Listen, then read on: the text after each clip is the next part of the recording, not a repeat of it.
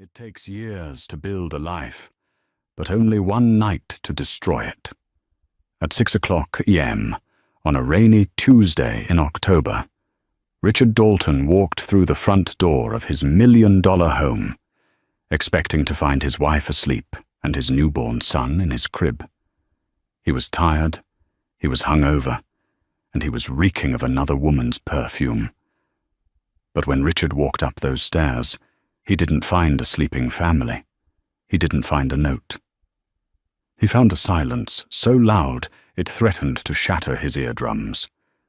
In the span of 8 hours, while he was betraying his vows, his wife Sarah had performed a magic trick that would haunt him forever. She had vanished into thin air, taking their 3-month-old baby with her. And the worst part, she knew exactly what he was doing while she packed the bags. The rain in Seattle didn't wash things clean. It just made the dirt streak. Richard Dalton sat in his black Range Rover, the engine idling, watching the wipers slash back and forth against the grey morning light. His head was throbbing with the dull, rhythmic pulse of a Scotch hangover. He checked his reflection in the rearview mirror. His eyes were red-rimmed, but he was handsome enough to get away with it. He always was. At 34, Richard was the youngest partner at Dalton and Hames Real Estate, a man who built skyscrapers and broke promises with equal efficiency. He rubbed his neck, trying to scrub away the phantom sensation of Vanessa's lips. "Stupid," he muttered to himself, shifting the car into gear. "Just keep it together. Rick, business trip. You were in Portland. The meeting ran late. The hotel had bad reception." He rehearsed the lies as he pulled out of the parking structure of the Hotel Lusso, a boutique establishment 3 miles from his home, far enough to be discreet, close enough to be convenient. Vanessa Cole, his mistress of 4 months, was still asleep in room 412. She was 23, an interior designer with a laugh that made Richard feel young and a lack of inhibitions that made him feel powerful. Sarah, his wife, was different. Sarah was safe. Sarah was the mother of his child. She was soft-spoken, organized, and lately entirely consumed by the exhausting demands of their 3-month-old son. Leo. Richard told himself he deserved this break, the crying, the sleepless nights, Sarah's postpartum exhaustion. It had all become a suffocating fog. Vanessa was his oxygen. He drove through the upscale neighborhood of Queen Anne, the houses looming like fortresses in the mist. When he pulled into his driveway, the house looked normal. The porch light was off. The curtains were drawn. It was the picture of suburban tranquility. Richard killed the engine and took a deep breath. He sprayed a burst of mint breath freshener, checked his collar for lipstick, and stepped out into the rain. He unlocked the front door quietly, practicing the stealthy entry he'd perfected over the last few months. Click. The heavy oak door swung open. Usually, the house smelled like lavender detergent and warm milk. Today, it smelled of nothing. It was a sterile, cold scent, like a house that hadn't been lived in for weeks. "Sarah," he whispered, closing the door behind him. Silence. He checked his watch. 6:45 a.m. Usually, Leo would be stirring for his morning feed. Sarah would be in the kitchen, exhausted, brewing her decaf coffee. Richard walked into the kitchen. The granite countertops were gleaming. There were no bottles drying on the rack. The coffee machine was cold and empty. A strange knot of anxiety began to tighten in his stomach, not the guilt he was used to, but something primal. "Sarah," he called out, louder this time. He took the stairs 2 at a time. The master bedroom door was ajar. He pushed it open. The bed was made military tight, not slept in. "Okay, calm down," Richard whispered, his heart rate spiking. Maybe she went to her mum's. Maybe Leo got sick. He turned and rushed down the hall to the nursery. The door was painted a soft sage green.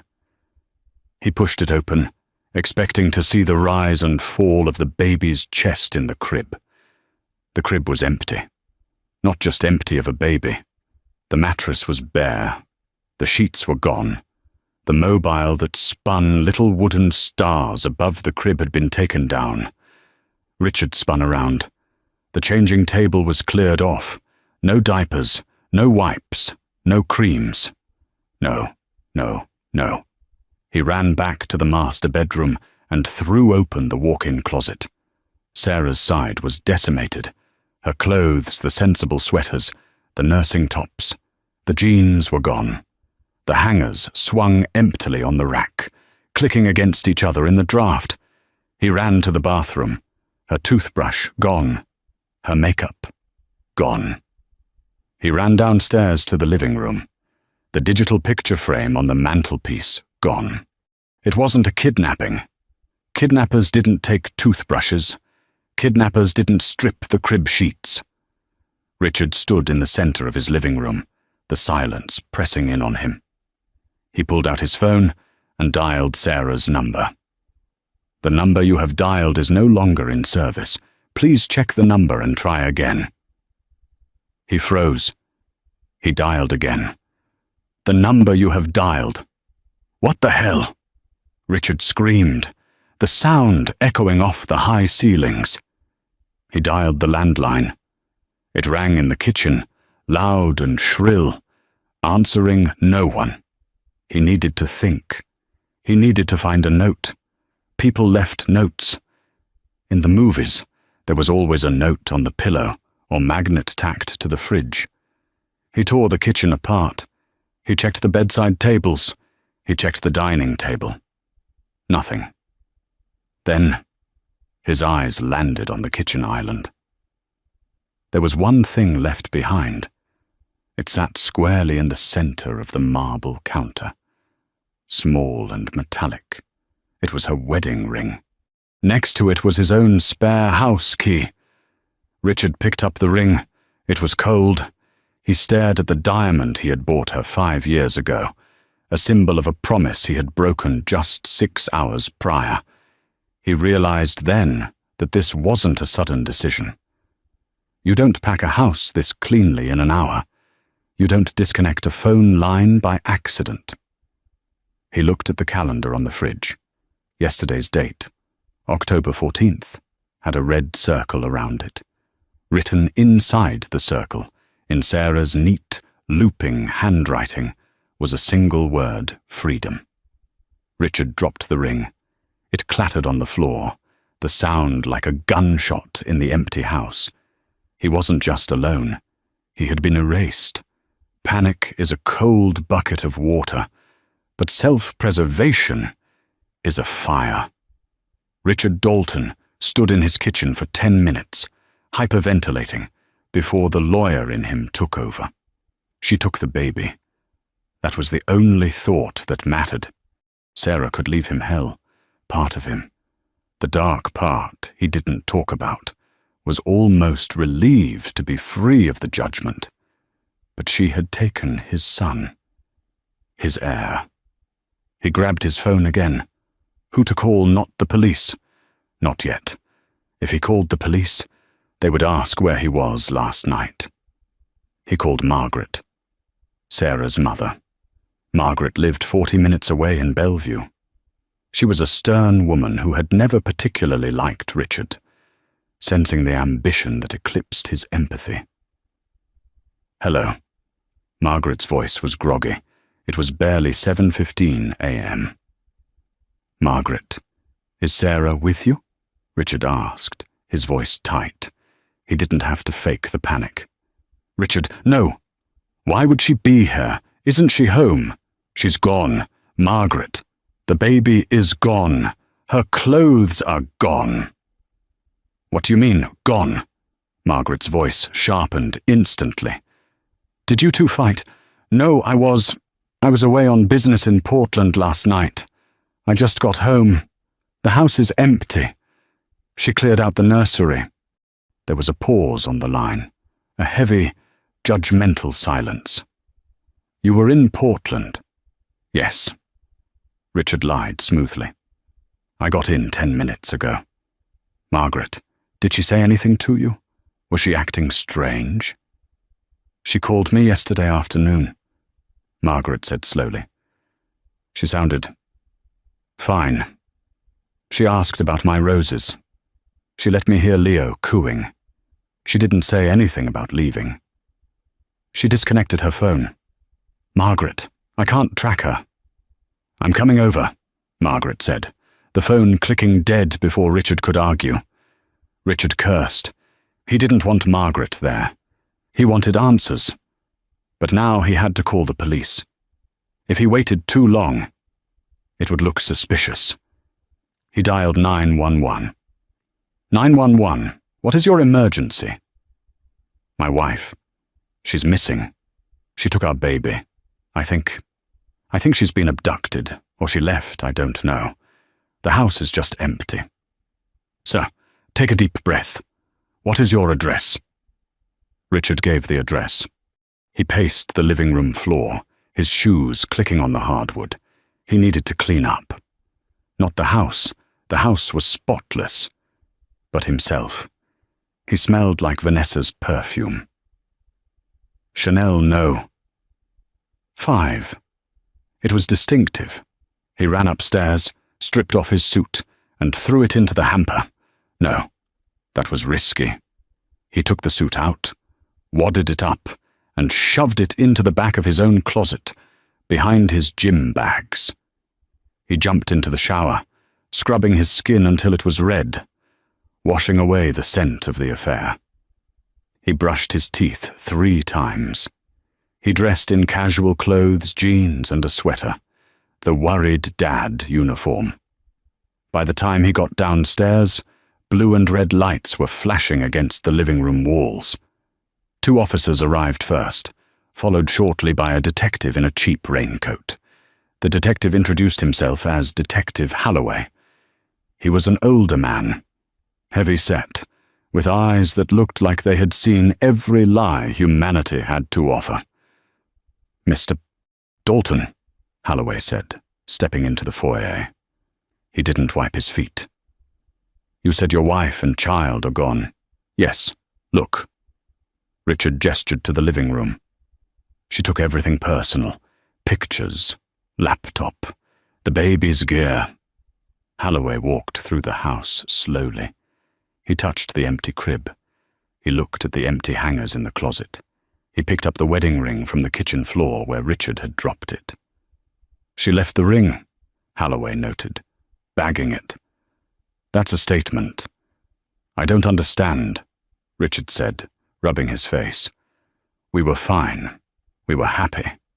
Were you? Holloway turned, his eyes locking onto Richard's.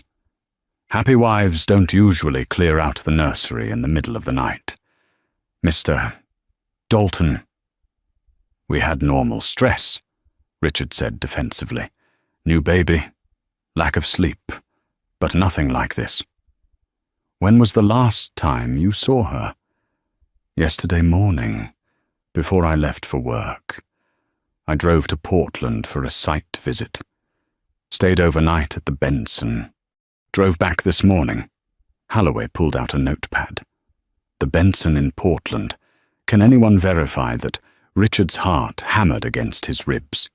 He had booked a room at the Benson online, just in case, but he hadn't checked in. He hoped to God the hotel systems were messy. I didn't actually check in, Richard improvised, his brain firing rapidly. I worked late at the site, met with some contractors, and ended up crashing in my car for a few hours at a rest stop. I wanted to get home to Sarah and Leo early, so I just drove back. It was a weak lie. He knew it. Holloway knew it. You slept in your Range Rover, a man in a $3,000 suit. Holloway raised an eyebrow. I was exhausted. Richard snapped. Look, why are you grilling me? My wife is missing. She has a 3-month-old infant. She could be in danger, or she could be escaping, Holloway said, calm. Adults are allowed to leave their spouses, Mr. Dalton, unless there is evidence of foul play, or the child is in immediate danger. This is a domestic dispute. She disconnected her phone, Richard yelled. She cleared out the accounts. He froze. He hadn't checked the accounts yet. Holloway smiled, a thin, predatory smile. You didn't mention the accounts before. Did she clear them out? Richard pulled out his phone, his fingers trembling as he opened his banking app. He logged in. Balance $0. He checked the savings. Balance $0. He checked the joint investment fund. Balance $14.52. Oh my God, Richard whispered. She took it all. Over $200,000 liquid. Well, Holloway said, snapping his notebook shut. That confirms she planned this. This wasn't an abduction. Mr. Dalton, your wife left you, and she took a severance package. Just then, the front door burst open. Margaret stormed in, wet from the rain, her face a mask of fury. Where is she? Margaret screamed, lunging at Richard. What did you do to her? I didn't do anything. Richard held his hands up. She robbed me. Margaret. She took Leo and the money and ran. Sarah wouldn't take a dime that wasn't hers. Margaret spat. She turned to the detective. Check his phone. Check his credit cards.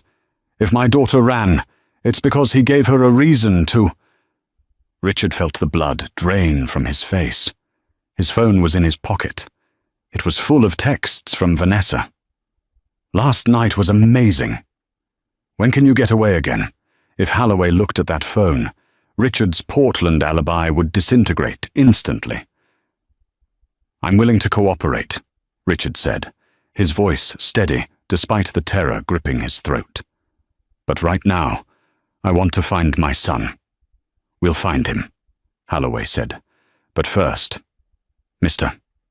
Dalton, I'm going to need you to come down to the station, and I'm going to need to see your car. My car? Yes, you said you slept in it. There should be evidence of that. And if you drove from Portland this morning, the engine heat and the mileage will match that story. Richard looked out the window at his Range Rover. He had driven 3 miles from the Hotel Lusso, not 180 miles from Portland. The engine would be barely warm. The mileage log would show a short trip. He was trapped, and Sarah was nowhere to be found. The interview room at the Seattle Police Department smelled of stale coffee and desperation. It was a small, grey box with a 2-way mirror that everyone knew was there, but pretended not to see. Richard Dalton sat at the metal table, his hands clasped tight to stop them from shaking. He had been there for 2 hours. Detective Holloway walked in, carrying a thick file and 2 styrofoam cups. He placed one in front of Richard. Black. No sugar. Figured you look like a purist, Holloway said, sitting down heavily opposite him. I drink lattes, Richard muttered, staring at the dark liquid. Can I go? Am I under arrest? You're not under arrest. Mr. Dalton. You're voluntarily helping us locate your missing wife and child, Holloway corrected, his tone deceptively mild. Unless, of course, you'd prefer to leave if you walk out that door. We might have to wonder why a man whose infant son is missing is so eager to stop talking to the people trying to find him. Richard stayed seated. He knew the game. He was a lawyer, for God's sake. But criminal law wasn't his field. He dealt in contracts and property disputes. This was visceral. This was messy. Let's go back to the timeline, Holloway said, opening the file. You left for Portland at what time yesterday? Around 10 a.m. Richard lied. And you arrived noon, maybe 12:30. We checked the traffic cams on I-5 South, Holloway said, not looking up from his notes.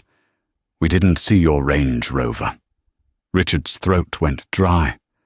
I took the back roads. Scenic route. Wanted to clear my head. Scenic route to a business meeting. Holloway raised an eyebrow. Okay. And the meeting? Who was it with? A developer? Potential client? Names? Smith. John Smith. Richard winced internally. John Smith, really John Smith, Holloway repeated flatly. And does Mr. Smith have a phone number, a company name? It was informal. We met at a coffee shop. I don't have his card on me. Holloway sighed, leaning back in his chair. The chair creaked loudly in the small room. Mr. Dalton, let's cut the crap. We pulled your cell phone records. Richard froze. He hadn't given them his phone. We don't need your physical phone for the tower pings, Holloway explained, tapping a piece of paper. Your phone never left the greater Seattle area yesterday. In fact, it spent most of last night pinging off a tower 3 miles from your house. Near the Hotel Lusso, the room seemed to shrink. The air grew thin. And, Holloway continued, we spoke to the valet at the Hotel Lusso. Nice kid. Remembers your car. Remembers you. And he remembers the blonde woman you were with. Late 20s. Not your wife. Richard closed his eyes. The house of cards wasn't just falling. It was being incinerated. Her name is Vanessa Cole, Richard whispered. There was no point in lying now. She's a friend. A friend you share a hotel room with while your wife is at home, with a newborn. Holloway's voice hardened. So, let's revise the story. You weren't in Portland. You were cheating on your wife. You got home at 6:00 a.m. to find she was gone. Is that the truth? Yes, Richard said, his voice cracking. Yes, that's the truth. I'm an adulterer. Okay, I'm a scumbag. But I didn't hurt her. I didn't do anything to Sarah or Leo. That gives her motive to leave, Holloway mused. But it doesn't explain the efficiency. A woman doesn't just wake up, realize her husband is cheating, and vanish without a trace in 6 hours unless she already knew. Unless she was planning it. Holloway leaned forward, his face inches from Richard's. Did she know? Richard, I don't think so. I was careful. Clearly not careful enough. Holloway scoffed. We checked the joint accounts. You said she took the money? She didn't just take it. She transferred it to a crypto exchange in Malta, untraceable.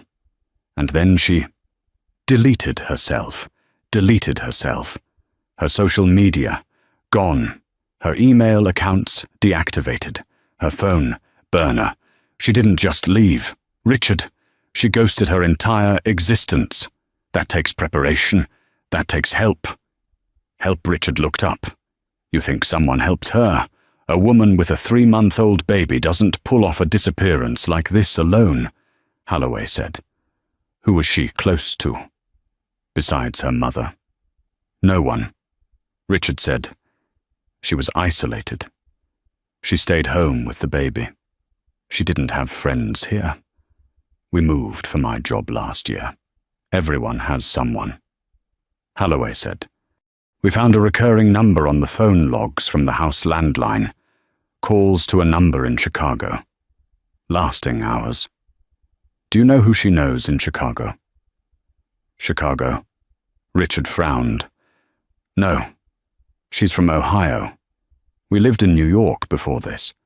We don't know anyone in Chicago. Holloway wrote something down. Well, someone in Chicago knows her. And they've been talking a lot. While you were at the Hotel Lusso, your wife was planning her exit. Richard felt a surge of irrational anger. He had been the one stepping out. Yes. But the idea that Sarah, sweet, Boring, dependable Sarah had been plotting against him, that she had a secret life, a secret confidant in Chicago. It felt like a betrayal worse than his own. "Find her," Richard hissed. "Find her and bring my son back."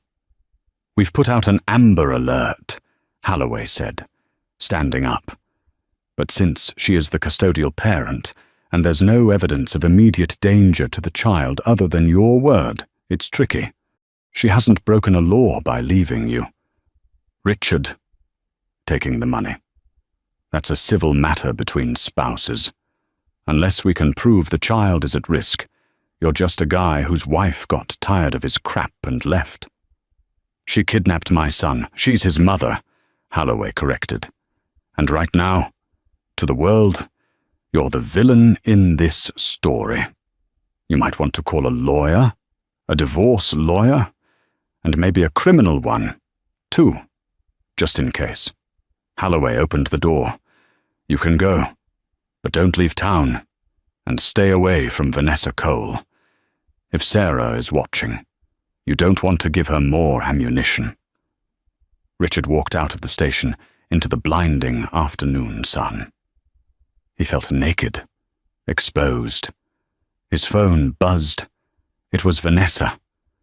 "Where are you? I'm worried." He deleted the text. He deleted her number. He got into his car and screamed until his throat was raw. 3 days passed. The silence in the house was a physical weight. Richard had taken a leave of absence from the firm. "Family emergency," he told the managing partner, Greg Hames. Greg knew the truth. Rumors travel faster than light in high-end real estate, but he was kind enough not to say it.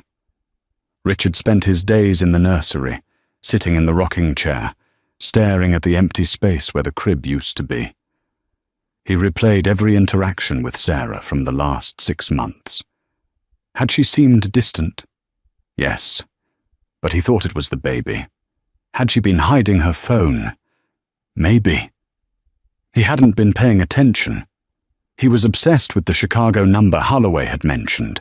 The police wouldn't give it to him, ongoing investigation, but Richard wasn't helpless. He hired a private investigator, a guy named Kieran Vance. Vance was expensive, discreet, and operated in the grey areas that Richard usually avoided. Vance came to the house on Thursday evening. He was a small, wiry man with a tablet tucked under his arm and a vape pen he puffed on constantly. "Nice place," Vance said, looking around the empty living room. Echoey. "Did you find the number?" Richard asked, ignoring the small talk. He poured 2 glasses of scotch. He was drinking too much. But he didn't care. "I did," Vance said, taking the glass. "And it's weird. Mr. Dalton. Very weird." "What is it?" "A lover." "No." Vance tapped his tablet. "The number belongs to a burner phone. Unregistered, prepaid. Impossible to trace to a person directly. But..." He swiped the screen and turned the tablet toward Richard. "I ran a trace on the IP address used to top up the phone's credit. It was topped up online using a prepaid Visa card.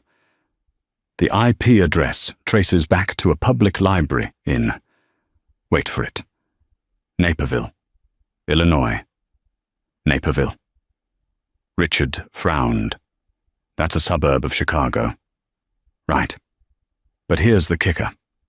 I cross-referenced the dates of the top-ups with the dates of the calls to your wife. They match perfectly. Whoever this is, they were coordinating with her. But I dug deeper. I looked into Sarah's past, things before she met you. I know her past." Richard said. "She was a teacher. She lived in Ohio. Did you know she was in foster care for 2 years when she was 16? Richard paused, the glass halfway to his mouth. "What? No. Her parents?" "Margaret." "Margaret is her stepmother," Vance said. "Her biological father died when she was 15. Her mother died when she was 3. She went into the system for 2 years before Margaret, her father's ex-wife, petitioned for custody and got her out. It's all sealed records, usually, but I have friends. She never told me. Richard whispered. She said Margaret was her mum. People hide trauma. Vance shrugged. But in that foster home in Ohio, a place called The Saint, Jude's home for girls, she had a roommate, a girl named Emily Thorne. Richard shook his head. I've never heard that name. Emily Thorne had a rougher ride than Sarah. Multiple arrests, petty theft, fraud. She fell off the grid about 5 years ago. But guess where her last known address was? Naperville. Richard guessed. Bingo. Vance smiled grimly. Sarah wasn't talking to a lover. She was talking to an old friend. A friend who knows how to disappear. A friend who knows how to fake identities. Richard stood up and paced the room. So this Emily. She helped Sarah plan this. It looks like it. And if Emily is involved, Sarah isn't just gone. She's been scrubbed. Emily Thorne was suspected of running a small-time identity theft ring in 2018. She knows how to create new people. So Sarah isn't Sarah anymore. Richard realized she's someone else. Exactly. And she has your son. Vance put the tablet down. There's one more thing. I checked your credit card statements again. The ones you gave me access to. Not the main ones. The old ones. The ones you haven't used in years. And there was a charge on a dormant Amex card 3 weeks ago. It was small. $49.99. Easy to miss if you aren't looking. What was it for? A background check service. Someone ran a background check. On who me know? Vance looked Richard in the eye. On Vanessa Cole. Richard felt the blood drain from his face. She knew. He whispered. She knew 3 weeks ago. She looked her up. She knew everything. Vance confirmed. She didn't leave because she was heartbroken. Mr. Dalton. She left because she was done. She waited until she had all the pieces in place, the money, the new ID from Emily, the timing of your business trip, and then she executed. This was a tactical strike. Richard sank onto the sofa. He felt a strange mix of horror and admiration. Sarah, the quiet woman who knitted blankets and worried about organic baby food, was a mastermind. She had played him. She had let him think he was the clever one, the one getting away with something, while she was building a trap door beneath his feet. Where is she now? Richard asked, his voice hollow. If she's with Emily, she could be anywhere, but people tend to stick to what they know. I found a link between Emily Thorne and a property management company in Montana, a shell company. They own a few cabins in the middle of nowhere. Montana, Richard repeated. Big sky country. A good place to hide. I can go there, Vance said. I can scope it out, but it'll cost you. And if the police find out you're hunting her... Screw the police, Richard snapped. They think this is a civil dispute. They aren't looking for her. They're waiting for her to turn up. I need to find my son. All right. Vance stood up. I'll book a flight to Bozeman. I'll need a retainer. $5,000. Done. As Vance left, Richard walked to the window. The rain had stopped, leaving the street slick and black under the streetlights. He thought of Leo, his tiny hands, his laugh. Sarah had taken him to protect him. She would say, to keep him away from a cheating father. You think you've won? Sarah, Richard whispered to the empty glass. You think you're the hero of this story. But you don't know what I'm willing to do. He wasn't just going to find them. He was going to take Leo back. and he was going to destroy the new life she was trying to build, brick by brick. He picked up his phone and dialed Vanessa's number. He had deleted it, but he knew it by heart. It rang 3 times. "Rick." Her voice was small, frightened. "I thought you said."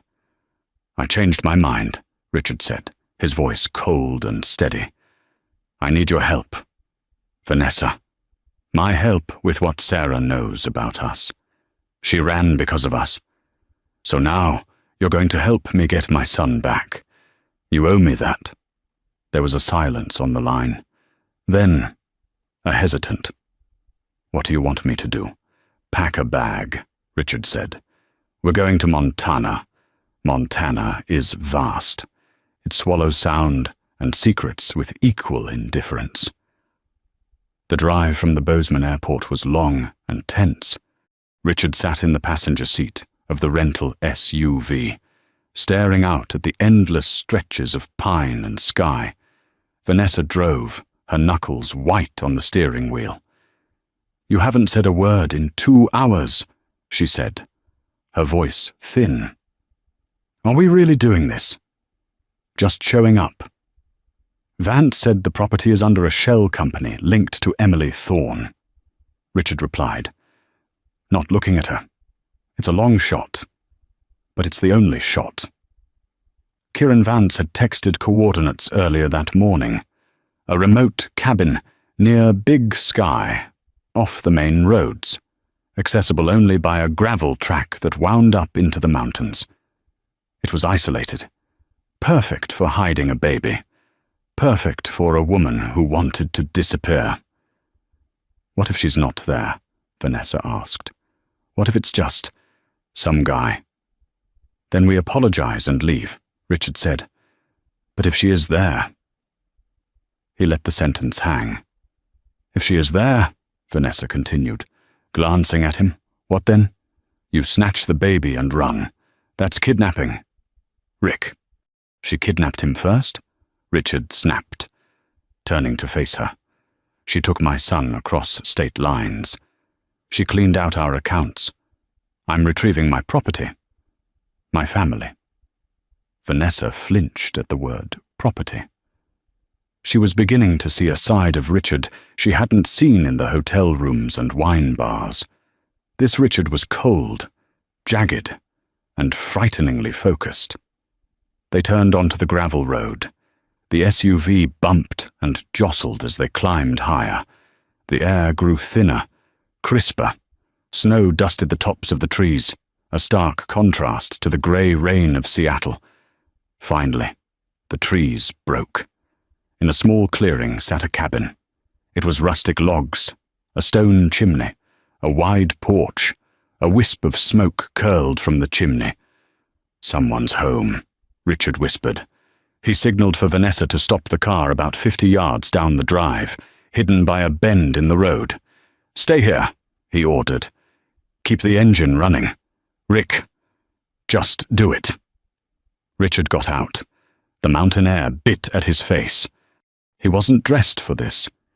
He was wearing a light jacket and city boots. He crept through the trees, circling the cabin to get a view of the back. There was a large window, looking into what must be the living room. Richard approached it carefully, stepping over fallen branches, his heart hammered in his chest, a frantic, bird-like rhythm. He peered inside. The interior was warm, lit by a fire. Rugs covered the floor. And there, sitting on a worn leather sofa, was Sarah. She looked different. Her hair, usually long and blonde, was cut short and dyed a dark brown. She wore flannel and jeans, looking more like a local than the suburban housewife he knew, and in her arms was Leo. Richard felt a surge of emotion that nearly buckled his knees. His son, alive, safe. But then, another figure entered the room.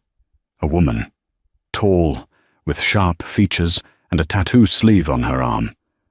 This must be Emily Thorne. She carried 2 mugs of tea and sat down next to Sarah. They were talking, laughing even. Sarah looked relaxed. She looked free.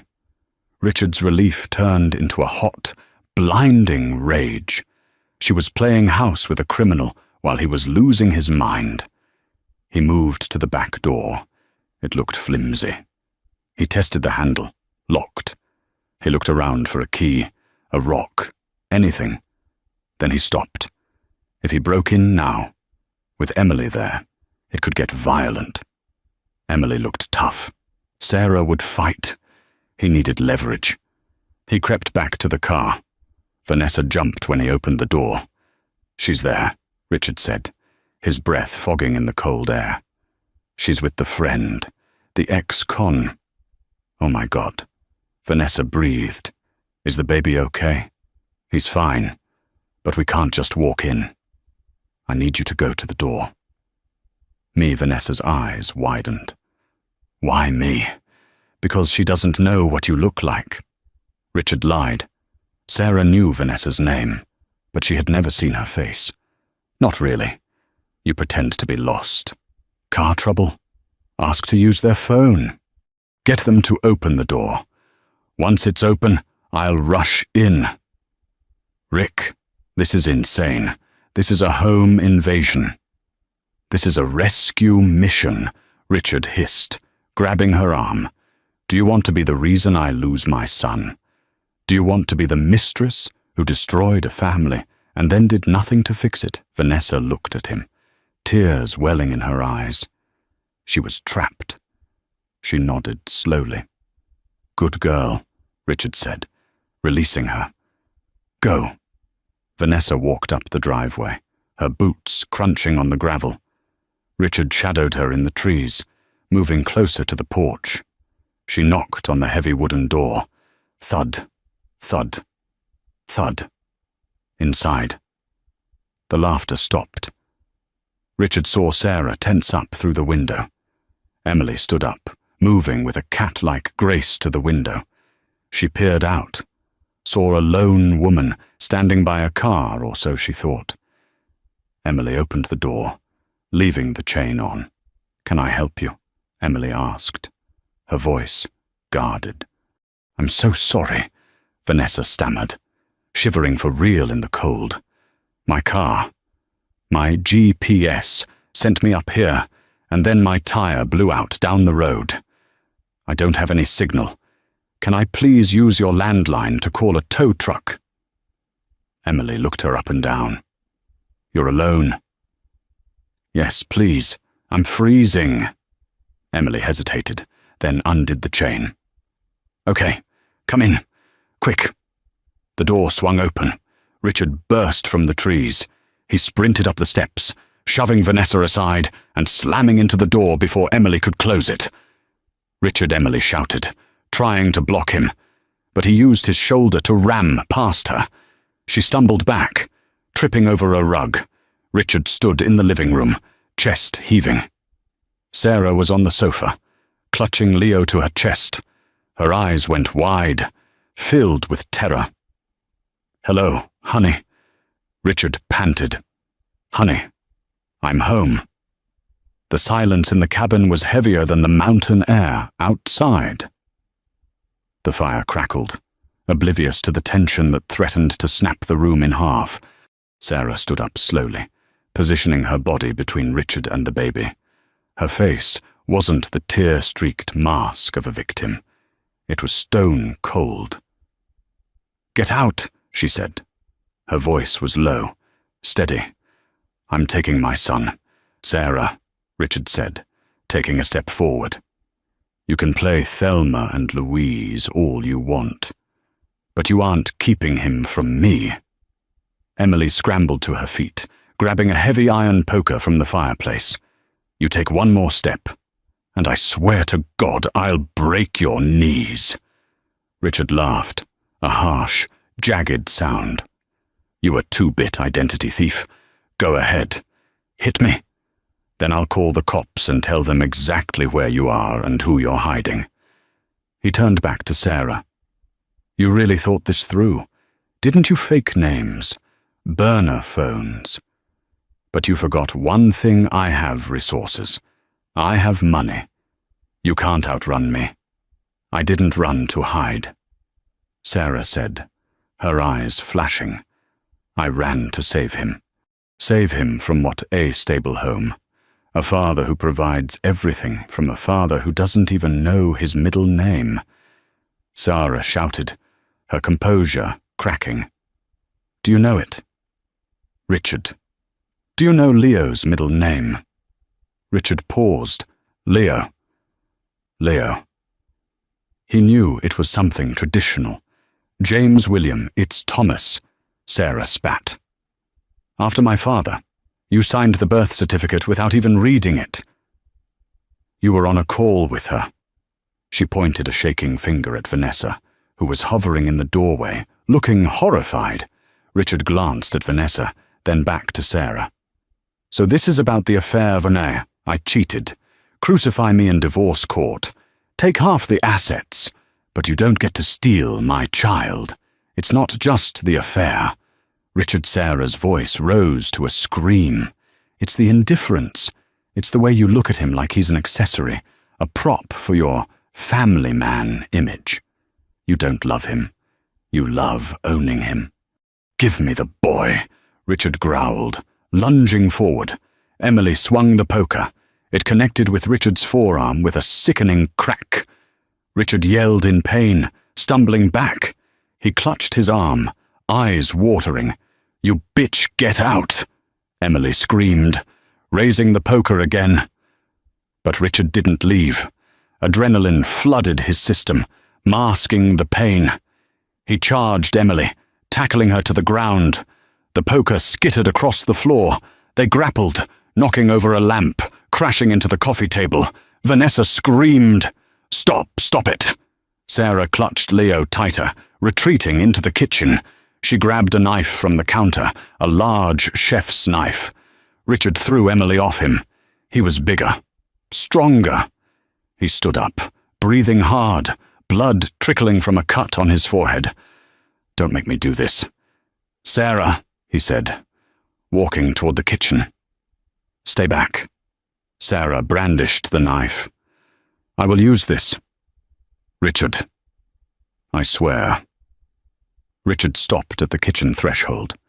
He looked at his wife, really looked at her, and saw a stranger. This wasn't the woman he had married. This was a mother cornered. Vanessa. Richard called out without turning around. Get the car seat from the SUV. Rick, we can't get the seat. Vanessa ran out the door. You're insane, Sarah whispered. You can't just take a breastfeeding infant. Watch me. Richard made his move. He feinted left, then lunged right. He grabbed Sarah's wrist, twisting it until she dropped the knife. It clattered to the floor. Sarah screamed, kicking and clawing at him, but he shoved her back against the counter. He pinned her with one arm and reached for Leo with the other. The baby started to wail a thin, high-pitched cry of distress. It's okay, buddy, Richard grunted, wrestling the baby from Sarah's grip. Daddy's got you. No. Leo. Sarah shrieked, her voice tearing raw. Emily appeared in the doorway, blood on her lip. She held a shotgun. Let him go, Emily said, cocking the gun. Ch-ch-ch. Richard froze, holding the crying baby. He turned slowly. The barrel of the shotgun was leveled at his chest. You won't shoot, Richard said, though his confidence was wavering. Not with the baby in my arms. Try me, Emily said. Her eyes were deadly serious. For a moment, nobody moved. The only sound was Leo's crying and the crackle of the fire. Then, sirens. Faint at first, then louder, growing closer. Richard's eyes widened. You called them? I called them the second your little girlfriend knocked on the door, Emily said, a grim smile touching her lips. I knew it was a setup. I recognized the car from the road earlier. But you're a criminal, Richard said. Confused. You're wanted. I'm wanted for fraud. Richard, Emily said, you're currently committing assault, domestic violence, and attempted kidnapping. I'll take my chances with a plea deal. Blue and red lights flashed through the cabin windows, painting the walls in chaotic bursts of color. Put the baby down, Emily ordered. Richard looked at Leo. The boy's face was red, his eyes squeezed shut in distress. He looked at Sarah, who was sobbing quietly against the counter. He realized, with a sinking feeling, that he had lost, not just the argument, but the war. He gently placed Leo back in Sarah's arms. This isn't over. He whispered to her. Sarah looked at him, clutching her son. Yes, Richard. It is. The front door burst open. Sheriff's deputies swarmed in, guns drawn, hands in the air. Get down, now. Richard raised his hands, the pain in his broken arm finally registering. As he was shoved to the floor and handcuffed, he saw Vanessa in the doorway, being cuffed by another deputy. She was crying, and Sarah stood tall, rocking her son, watching the man she once loved being dragged away. The flashbulbs outside the King County Courthouse were blinding, a relentless strobe light that followed Richard Dalton every time he stepped out of the prisoner transport van. The media had dubbed it the Mountain Rescue Case. But inside the courtroom, it was a slow, methodical dissection of a man's ego.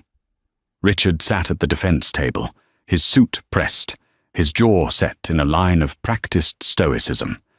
He had hired Harrison and Associates, the most aggressive defense firm in Seattle. Their strategy was simple discredit. Sarah, they painted her as a woman unhinged by postpartum hormones, a paranoid kidnapper who had endangered their child by fleeing to a remote, frozen cabin. They argued Richard was a hero, a desperate father who had driven through the night to save his son from an unstable mother and her ex-convict associate. For the first week, it seemed like it might work. Richard was charming on the stand. He admitted to the affair with a rehearsed contrition that played well with the jury. I made a mistake in my marriage, he said, looking at the jurors with soulful eyes. But that doesn't mean I lost the right to protect my son. But the prosecution had a weapon. Richard hadn't accounted for the women he had discarded.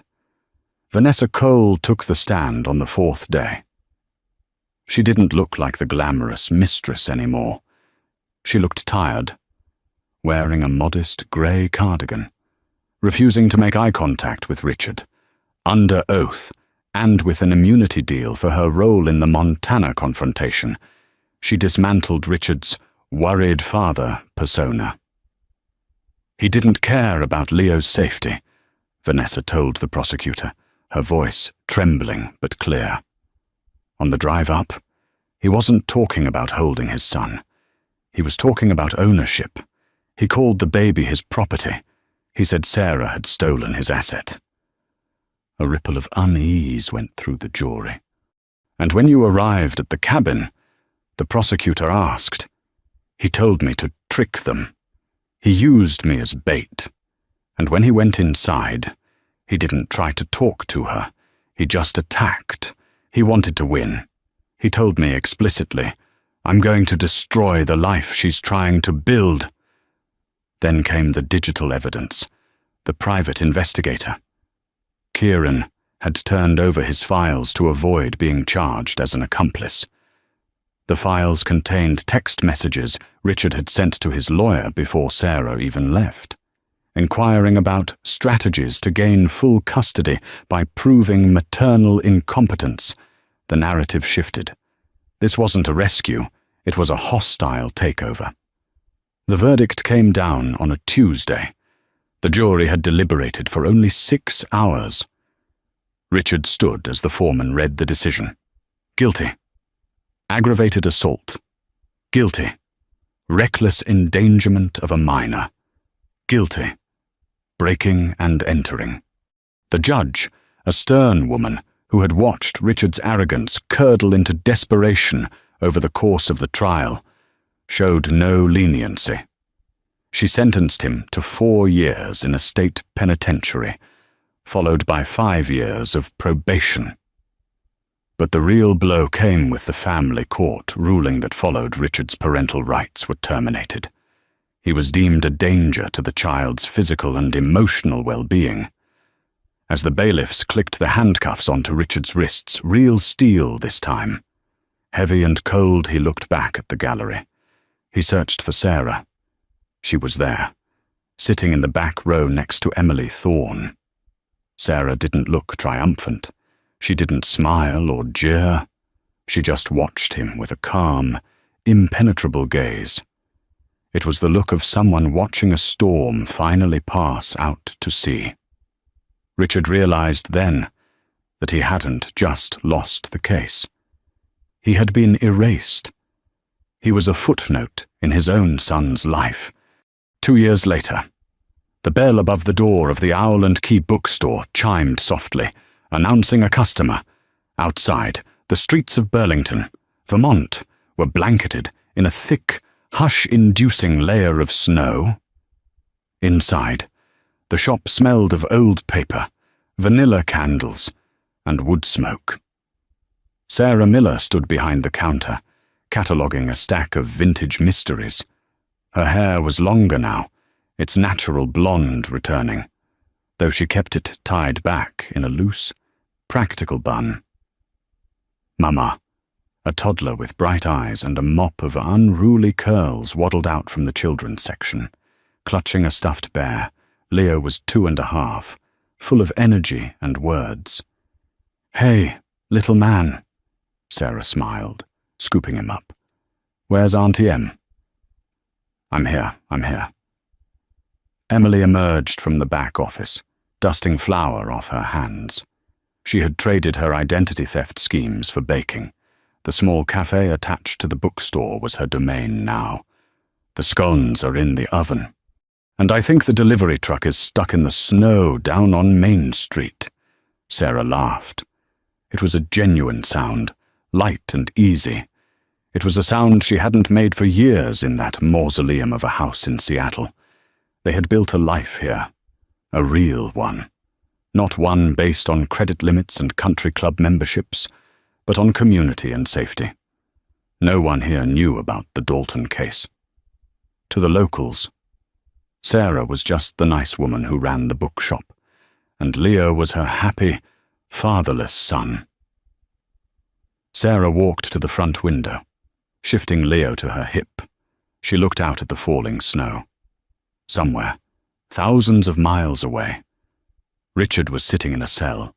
He was likely plotting his comeback, his appeal, his revenge, but looking at the snow piling up against the glass. Sarah felt no fear.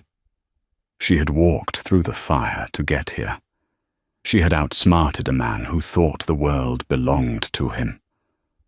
"Look at the snow, Leo," she whispered, pressing her cheek against her son's warm head. "It's covering everything up, making it all new." Leo pressed his small hand against the cold glass and giggled. Sarah kissed his temple. She turned away from the window, away from the cold, and walked back into the warmth of the life she had chosen. Richard Dalton thought he could control everything: his career, his wife, and his secrets.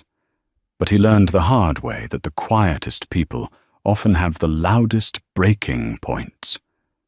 Sarah didn't just leave a marriage. She escaped a cage. In the end, Richard lost his freedom, his reputation, and the one thing he claimed to want most: his son.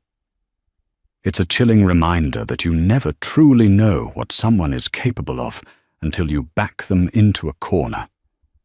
What do you think? Was Sarah justified in taking Leo and running? Or did she go too far by vanishing completely? Let me know in the comments below. I read every single one. If you enjoyed this story of betrayal and justice, please hit that like button, subscribe, and turn on notifications so you never miss a new story. Thanks for watching, and stay safe out there.